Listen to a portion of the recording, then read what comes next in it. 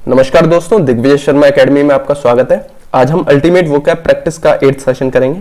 तो जिनको नहीं पता है मैं उनको बता दूं कि यहाँ पे हम one word substitution, idiom, phrase, सिनोनियम, एंटोनियम्स के 10-10 क्वेश्चन प्रैक्टिस करेंगे।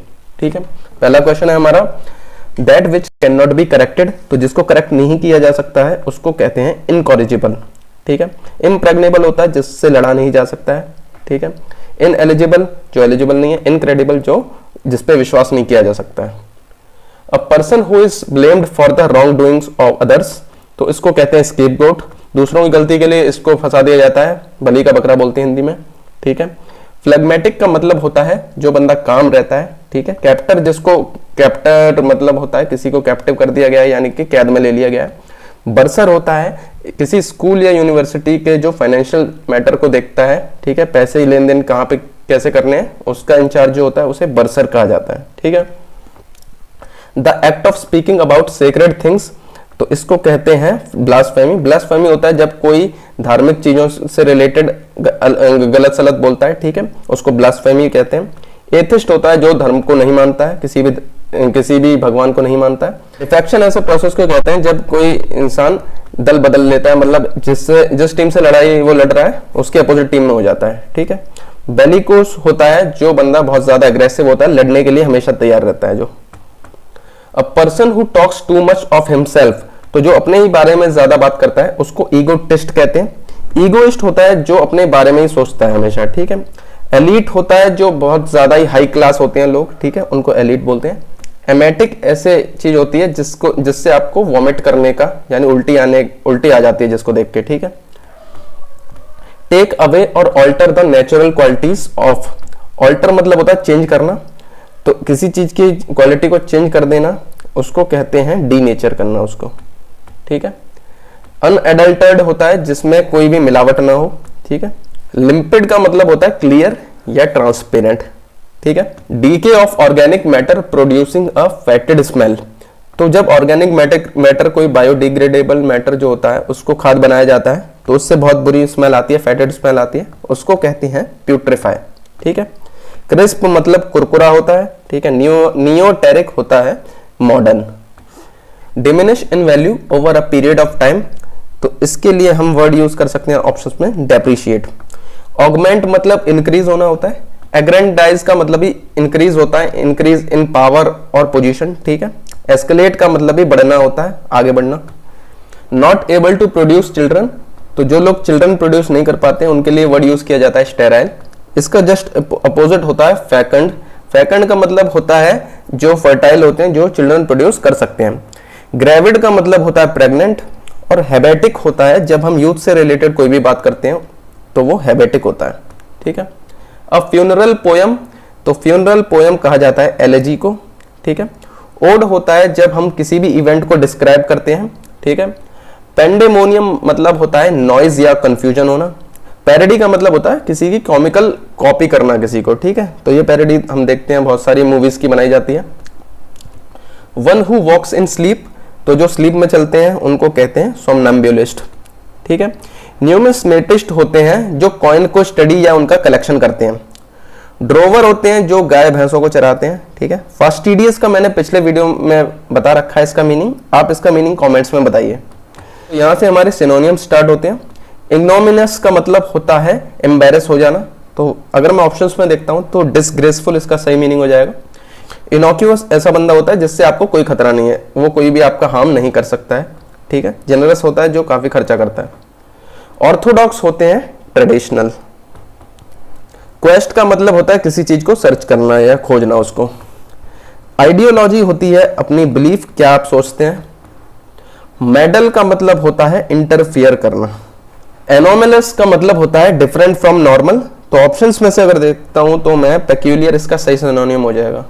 फ्लीटिंग का मतलब होता है जो बहुत ही कम टाइम के लिए रुके, तो इसका आंसर हो जाएगा मोमेंटरी, इसका सिनोनियम हो जाएगा। अगर इसका अपोजिट देखना होता तो लास्टिंग हो जाता।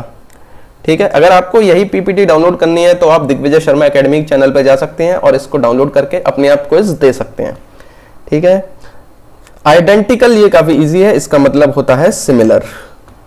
ऑस्टेंटेशियस होता है जो भीड़ से अलग दिखाई देता है। ठीक है, जैसे रणवीर सिंह कपड़े पहनते हैं तो वो अलग ही दिखाई देते हैं, सबसे अलग कपड़े पहनते हैं। ठीक है, तो इसका अगर मैं ऑप्शन में देखता हूं तो आंसर हो जाएगा फ्लैशी। जो अलग से दिखाई दे उसको कहेंगे हम ऑस्टेंटेशियस। रेडियंस होता है स्पार्कल, जो चमकता है। चूज अ सॉफ्ट ऑप्शन का मतलब होता है ऐसा काम करना जो सबसे आसान होता है। Do the thing that is easiest. Achilles heel होता है अपनी कोई वीकनेस होना। अगर किसी की बहुत लंबी हील होगी तो उसे चलने में दिक्कत होगी और वो क्या हो जाएगी, उसकी वीकनेस हो जाएगी। ठीक है, तो एचिलीज हील के लिए सही ऑप्शन हो जाएगा अब वीकनेस और वल्नरेबल पॉइंट। कम व्हाट मे का मतलब होता है जो होगा देखा जाएगा, तो इसका सही ऑप्शन हो जाएगा हमारा नो मैटर व्हाट हैपेंस। अब बैकसीट ड्राइवर होता है जो बंदा खुद काम नहीं करता लेकिन दूसरों को ज्ञान देता है पीछे बैठ के, तो इसका सही ऑप्शन हो जाएगा पैसेंजर हु गिव्स अनवांटेड और unneeded direction to the driver. अब बैड पैच का मतलब हो जाएगा ऐसा टाइम जहां बहुत सारी दिक्कतें हो रही हैं, तो इसके लिए सही ऑप्शन हो जाएगा period of difficulty. A dime a dozen, तो डाइम अ डजन, डाइम होता है एक छोटी क्वांटिटी होती है पैसे की, जैसे कि पैसा हो गया। ठीक है, तो कोई चीज एक पैसे में एक दर्जन आ रही है तो उसकी क्या है वैल्यू बहुत कम होगी और हर किसी के पास वो नजर आएगी। ठीक है, तो इसका सही ऑप्शन हो जाएगा very common and of no particular value. Burn the midnight oil, तो इसका मतलब होगा जब हम रात भर जग के कोई काम करते हैं तब हम मिडनाइट ऑयल को बर्न करेंगे। ठीक है, तो इसका सही ऑप्शन हो जाएगा रीड और work late in the midnight. Throw the towel in, ये इडियम यूज किया जाता है जब आप हार मान लेते हैं, तो इसका सही ऑप्शन हो जाएगा to quit in defeat. Can't जज a book by its cover, तो इसका मतलब होता है किसी की बाहरी दिखावट से उसको जज नहीं करना चाहिए, तो इसका सही ऑप्शन हो जाएगा यू शुडंट प्री जज the value of something bye it's outer appearance alone. Draconian law उससे कहा जाता है जब बहुत ही ज्यादा कड़े नियम बनाए जाते हैं। ठीक है, तो इसका सही ऑप्शन हो जाएगा एक्सट्रीमली सीवियर लॉ। यहां से हमारे एंटोनियम स्टार्ट होते हैं। तो डेंस का अपोजिट होता है स्पार्स। डेंस मतलब बहुत क्लोज, ये जैम्ड, क्रैम्ड और ये पाइल्ड, ये सब इसके सिनोनियम हो जाएंगे। इसका अपोजिट हो जाएगा स्पार्स। स्पार्स का मतलब होता है जब कोई चीज अलग अलग है, काफी स्पेस है उनके बीच में। एग्जैजरेट का मतलब होता है किसी चीज पे बहुत ज्यादा ध्यान देना, बहुत ज्यादा उस पे फोकस करना। तो अगर मैं ऑप्शन देखता हूं तो हाइटन, एम्पलीफाई, ओवरडू, ये कुछ सिमिलर इनके मीनिंग हो जाएंगे। इसका सही ऑप्शन हमारा हो जाएगा कंप्रेस करना। इंस्टेंट का मतलब होता है एक मोमेंट में काम करना, तो अगर ऑप्शन देखते हैं तो ये इमीडिएट, क्विक और करंट जो है ये कुछ इसके सिमिलर मीनिंग हो जाएंगे। अगर इसका अपोजिट देखना है तो वो हो जाएगा डिलेड। रिजर्व्ड होता है जो बहुत कम बात करता है, तो इसका अपोजिट हो जाएगा कम्युनिकेटिव। प्लेसिड का मतलब होता है ऐसा बंदा जो बहुत काम रहता है और बहुत ज्यादा एक्साइटेड नहीं रहता है। हेस्टी का मतलब होता है किसी काम को जल्दबाजी में करना। तो अगर मैं मीनिंग देखूं इसका, तो मीनिंग इसका जो रेकलेस जो है इसका मीनिंग हो जाएगा। हमें इसका एंटोनियम बताना है, तो एंटोनियम इसका हो जाएगा कॉशियस, जब हम कोई काम ध्यान से करते हैं। अगला एंटोनियम है एक्सेसिबल, तो एक्सेसिबल का हमारा अपोजिट हो जाएगा वर्ड रिस्ट्रिक्टेड। रीचेबल, अटेनेबल, ये उसके सिमिलर मीनिंग हो जाएंगे कुछ। ठीक है, मिएगर होता है जब कोई चीज बहुत कम क्वांटिटी में होती है, तो माइनर और स्कार्स ये इसके मीनिंग हो जाएंगे।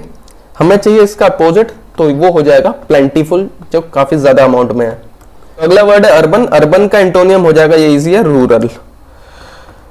स्पार्स ये अभी मैंने बताया है, इसका अपोजिट हो जाएगा डेंस।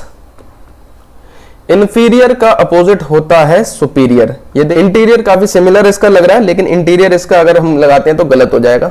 ठीक है, इसका सही ऑप्शन हो जाएगा सुपीरियर। तो इसी के साथ अल्टीमेट वोकैब प्रैक्टिस का 8th सेशन यहीं खत्म होता है। अगर आप एंड तक बने रहे तो आपका बहुत बहुत थैंक यू है।